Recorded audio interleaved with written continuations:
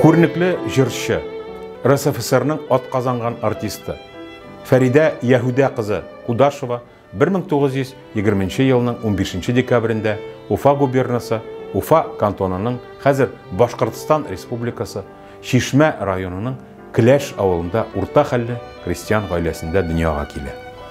Ул Башкортстанның халык шагыйре Сәйфи Кудашның туганы. Мәктәп елларында булачак язучы Мостай Кәрим белән бер сыйныфта укый. Фәридә сабый чагыннан җырлый башлый. Беренче сыйныфта укыганда татар халкының салкын Шишмә җыры белән тәүге тапкыр сәхнәгә менә. 1939 елда ул Уфа театр сәнгать училищесының театр бүлеген тәмамлый.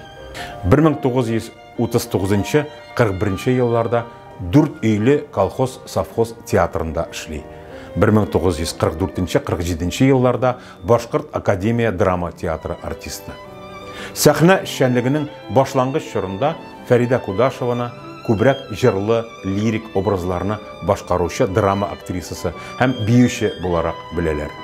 1941-44, 56-78 елларда ул Башкорт филармониясе җырчысы. 1948-56 елларда Башкортстан радиосы солисты. Фәридә Кудашеваның даны радио аша бик еракларга тарала.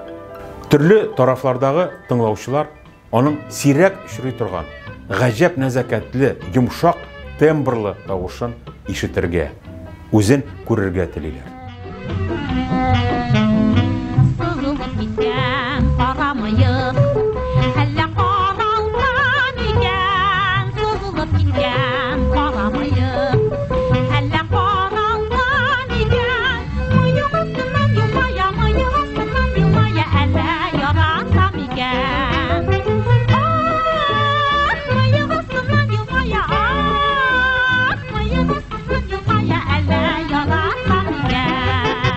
Бір 1950 еллар уртасыннан җырчының бүтін татар башкорт дөньясын сокландырган гастрольләре башлана.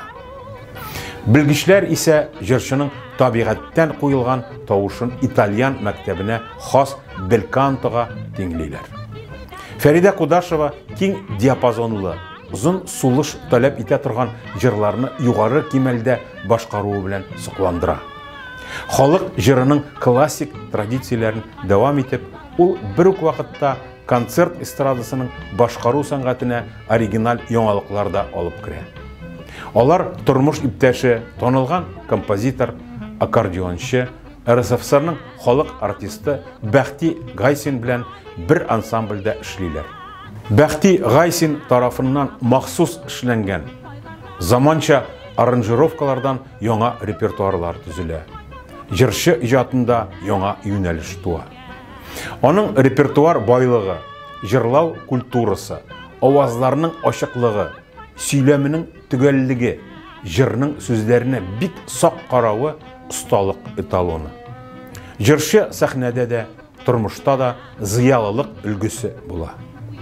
Фәридә Кудашева иҗаты татар һәм башкорт эстрада сәнгатенең иң күренекле казанышларыннан берсе.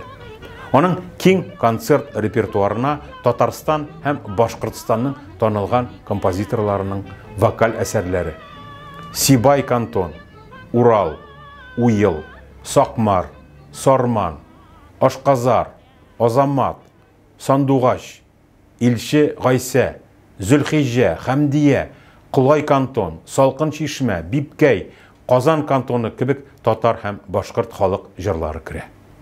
Фәридә Кудашева үзе җырчы җырлардан җан азыгы табарга тиеш.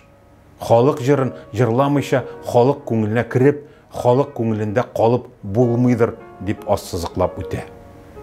1956 елда Фәридә Кудашева Башкортстанның атказанган, 1968 елда халык артисты, 1972 елда РСФСРның атказанган артисты, 1990 елда Татарстанның халык артисты исемнәренә лайык була.